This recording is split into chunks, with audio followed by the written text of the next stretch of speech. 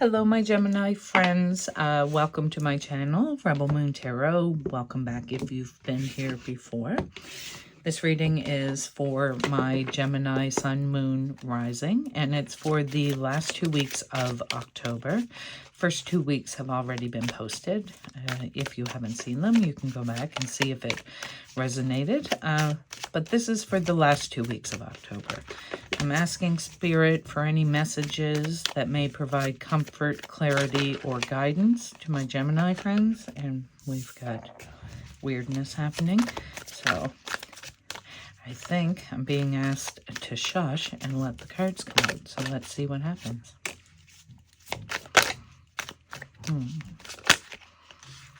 Oh, interesting. Okay. Okay. The cards are very combative. I hope that's not a situation that you're in right now, Gemini. We have, oh, perhaps it is. This is an extra card in the deck. Okay. It's a card that shows a woman battling a wild wolf, and then a woman embracing a wild wolf.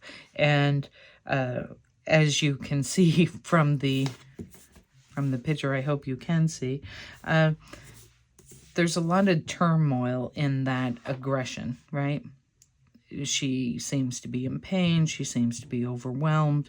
And it's the constant battle. Sometimes there's more strength in the embrace than there is in the punch, right? Okay. 7 of Wands is an energy of maybe feeling like you're being attacked from all sides and that you need to defend yourself. Now, the 7 of Wands coming out in your reading today tells me that you have. You've absolutely defended yourself, held your ground, defended loved ones, defended families. You took on the wands as they were shot at you, and you are absolutely prepared to do it again. That's what this energy is giving me. Okay. But the Ace of Cups is saying that maybe this isn't the way to do it right now. Maybe this isn't the way to do it this time. Maybe this time, meet this conflict, meet this turmoil, this issue that you want to fight. Maybe meet it with love at this point. Now, this could be you battling yourself, battling your own personal demons, feeling bad about parts of you or you know, historic parts of you, and you're not who you once were, and you're definitely not anything you may have done.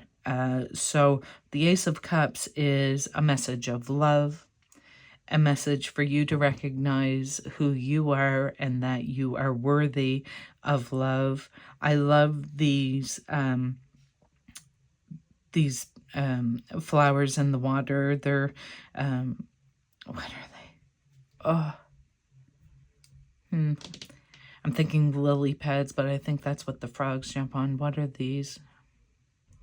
Maybe they are. I'm having that brain fart moment. I apologize. Anyway, the Ace of Cups is about a message of love. So perhaps this is a message of love that you need to give to your inner child, whatever it is that makes you feel like you have to fight the battle.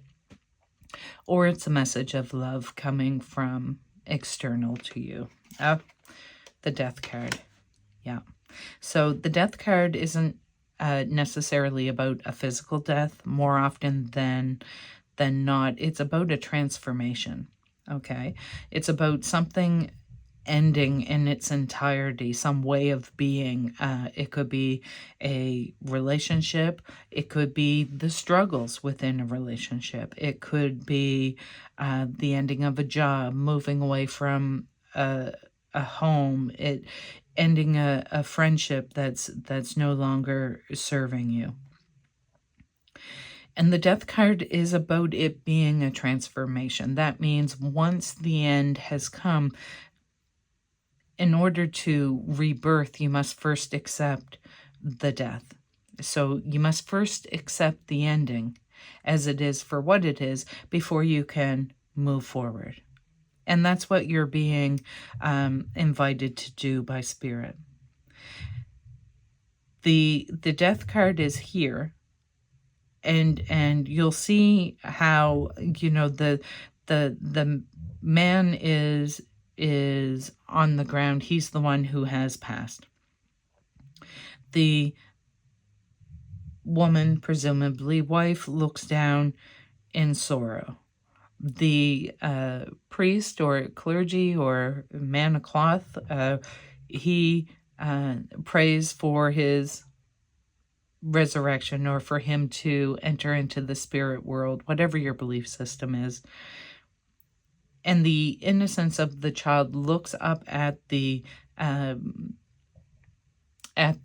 messenger of death with love. She's offering him flowers. She fears not death because she's, you know, just recently rebirthed. Okay. So that's all. I don't know why I felt drawn to go in such detail with this card, but I feel like it's like the stages of grief almost. It's about accepting that something has ended or must end, and preparing yourself for the new beginning, for the rebirth. Okay, 9 of Cups, yes. This is a blessing. 9 of Cups are about blessings. So have you ever had a situation, I suspect you have, that you thought was absolutely horrible at the time? It was really, really difficult.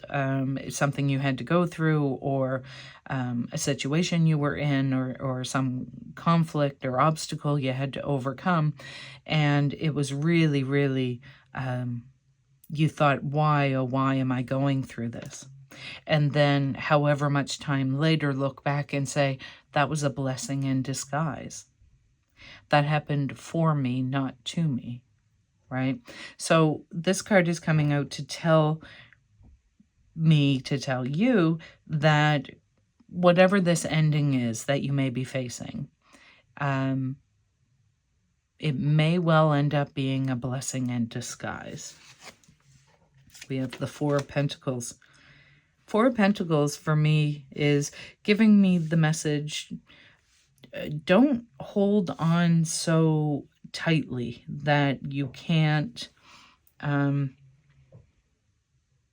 It's a message of holding on to what he has so completely and so tightly that he can't welcome anything new. All right? And maybe this is an energy you're going to be in for a little bit, but it's an energy to be aware of. So, for example, you know, if I'm not pulling an example, let's get the Queen of Cups. Yeah, okay, here we go. Let's get this message. Yeah. Yeah. Don't be stingy with yourself. Okay? Don't hold back. Don't hold so tightly onto things that you fear giving them up. Okay?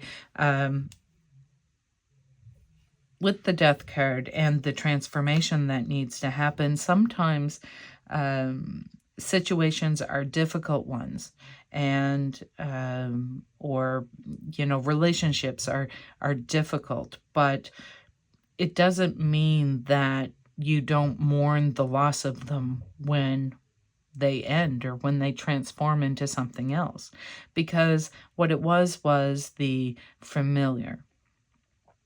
And there's a comfort level or a comfort zone there, right? Don't hold on so tightly that you lose the opportunity to welcome more love into your life.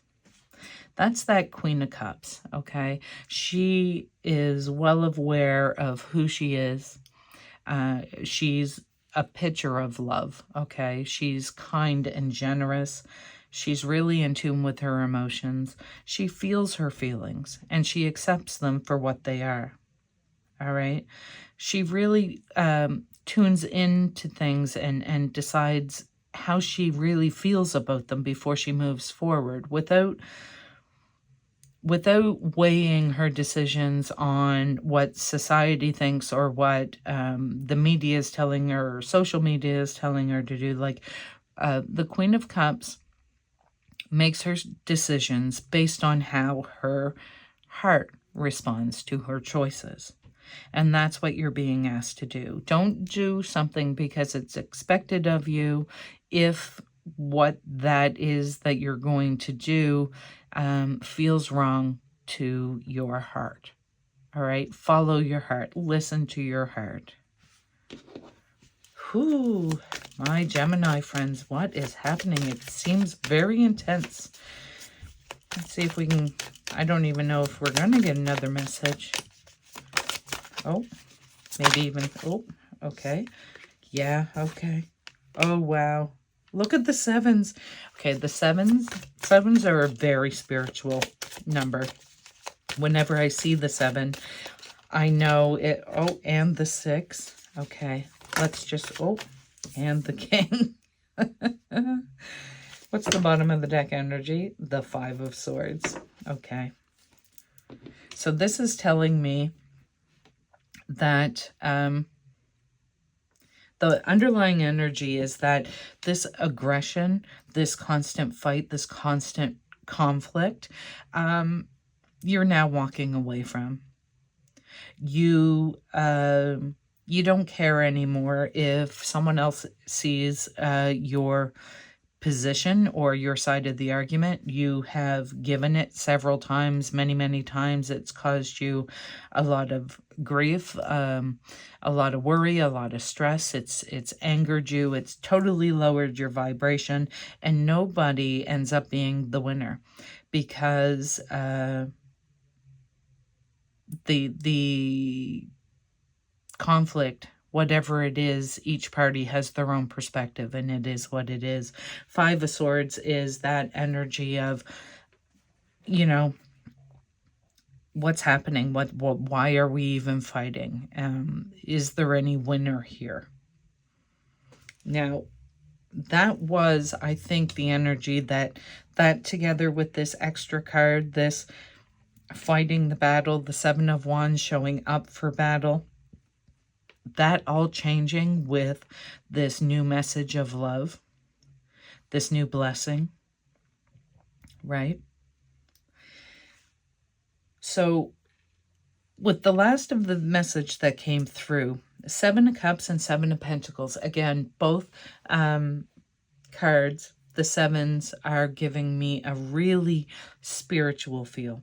I feel like the 7 of Cups, now that you are kind of free, now that this ending has occurred or is about to occur, you're going to have all these options available to you. Like, what do you do next, right? So it might be somewhat confusing to you. It might seem somewhat overwhelming to you, and it could be in this message, in this card, for example. There's a lot of different pictures. So there's the a graduation cap, like, do I go back to school? There's a globe. Should I travel? There's a birdhouse. Maybe I should create a new home for myself. Maybe I should vacation somewhere. You know, maybe I should change my appearance completely, or maybe I should spend time with my family. I mean, there's all these things. And what Spirit's asking you to do with the 7 of Pentacles is really just relax. Take a moment, step back, and recognize your growth. Appreciate your growth. All right. Really take a moment to see where you were, where you've come from, where you are now, how you've gotten there, and really pat yourself on the back. Okay. Because you've done some really good work, and you're feeling good about yourself. Okay. That's the focus, not what to do next. That's the focus. The focus is on appreciating and acknowledging your growth. Now that Six of Swords, that's you moving away from that Five of Swords conflict. Leaving the rough waters behind. The future's bright, the future's clear, the waters are calm. Anything's possible, right? The swords, the Six of Swords, each one of them is different. There's all these different ideas. There's all these opportunities available to you. And right now, it's not so much about choosing what to do next or where to go next or how to be next. It's really just about leaving turmoil behind. The King of Swords is a reminder that you are brilliant. You know you, and you can trust your rationale. You can trust your logical mind. You know what's good for you, what's not. You know that ultimately you're going to be better than okay. Right? King of Swords is also an energy of experts in a field. Okay, so maybe this is about leaving behind this turmoil, seeing these opportunities here and not quite sure how to move forward. Maybe it's an expert you need to speak to. So maybe it's a counselor or a doctor. It could be a real estate agent or a travel agent. It could be an investment person. Like if you need to seek information that you don't already have, that King of Swords is telling you to go do that. Woo! I wonder what's happening. It's very interesting what's happening in your life, Gemini. Let's get you an Angel Guide Oracle card. And we'll see what the angels have for my Gemini friends for the last 2 weeks of October, please. Looks like this one. Listen deeply. Listen deeply. Okay, let me read that for you.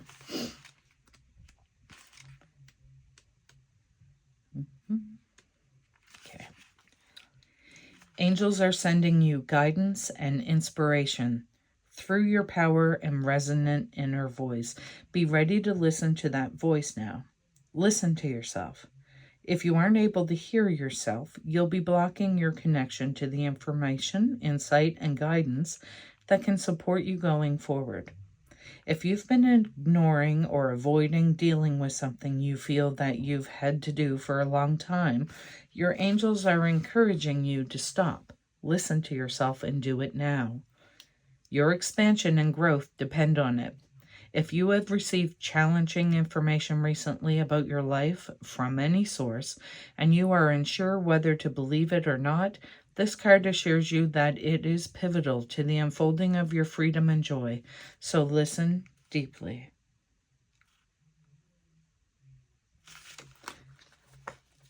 I think that's in keeping with the rest of your message, right? Now, my Gemini friends, I'm so excited. I got this new Oracle deck that I love. It's called Find Your Own Way Oracle with Ari Weisner, I think is the name of the creator. I love the illustrations. I love the messages on the cards. And they also have an affirmation at the end, which is beautiful. So let's see what card Spirit wants for you. You've got 2. You're the first zodiac sign to get 2. You've got 3. Are you kidding? All right. Well, bear with me. I'm going to read them because they came out that way. So the first one is humility and confidence.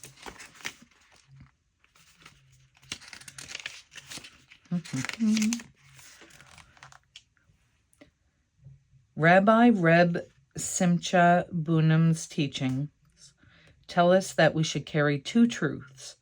The world was created for us, and we are but dust and ashes. This balance of confidence and humility forms a powerful foundation for success. Believing only one leads to conceit or self-loathing. Together they empower proactive, courageous, and purposeful living, honoring both yourself and others. You're unique and alive, so trust in your abilities and know your contributions are worthy and needed. You're also temporary, part of a larger picture, so there's no need to take on the weight of the world to prove yourself. Self-awareness is key to embody humility and confidence. Understand your strengths and weaknesses, knowing when to step up or step back. Practice gratitude, seek feedback, and maintain a broad perspective. The affirmation for this card is, with gratitude, may I find confidence without conceit and humility without timidity. With gratitude, may I find confidence without conceit and humility without timidity. Next one. Release shame. Holy moly. This is a powerful reading, Gemini. Powerful. I love this for you. Unreleased shame is a terrible burden that, if left unresolved, erodes both our spiritual and physical well-being. Shame should be a healthy and temporary recognition of harm, prompting growth, forgiveness, and transformation. Yet it often sticks, especially when unforgiven or unfairly placed on us. When shame is projected onto you by the pain, fear, or ignorance of others, it stunts your self-worth, confidence, and joy, making it challenging to be able to both give and receive love. What shame holds you hostage? Where did it come from? And if you haven't forgiven yourself, it's crucial to do so, even without the forgiveness of others. If the shame was unjustly placed on you, forgiving those who shamed you can help release you from the power of their insecurity. You're worthy, look forward, learn, grow, and feel joy and pride for the future. And your affirmation for this card is, with love and justice, may I release shame and move towards joy and pride. Again, with love and justice, may I release shame and move forward with joy and pride. And growth is a spiral. Wow. These are just so, they're such confirmation cards, right? For the entire reading. I love when that happens. Growth is spiral. You're meant to live in cycles, not run in circles. That should be a bumper sticker. You're meant to live in cycles, not run in circles. Life often repeats itself, which can be frustrating. You may encounter familiar experiences, joys, and challenges repeatedly. However, each cycle offers a chance to elevate yourself through learning and forward-looking growth.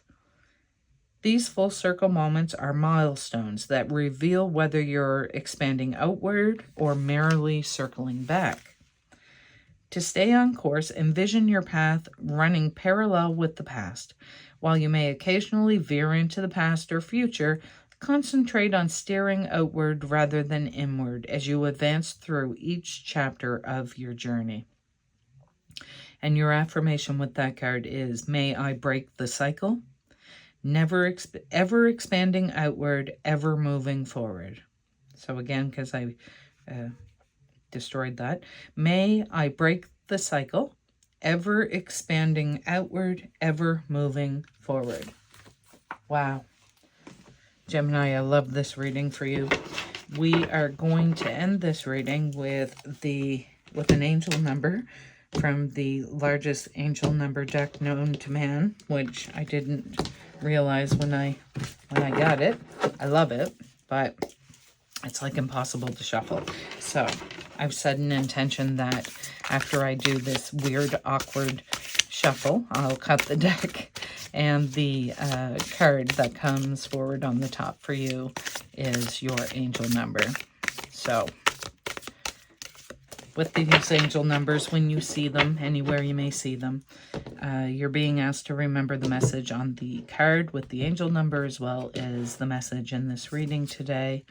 And how fitting. Your angel number is 154.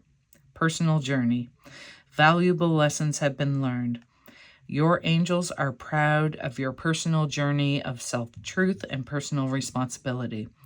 This journey is a result of your choosing to learn valuable lessons from past mistakes. Write a list of what you have changed in your life since learning a valuable lesson. Beautiful. So when you see number 154 on the clock, on a license plate, an address, a telephone number, remember the valuable lessons you have learned. All right, my Gemini friends, this has been your reading for the last 2 weeks of October. I hope it provided some comfort, clarity, or guidance. I've really enjoyed reading it for you.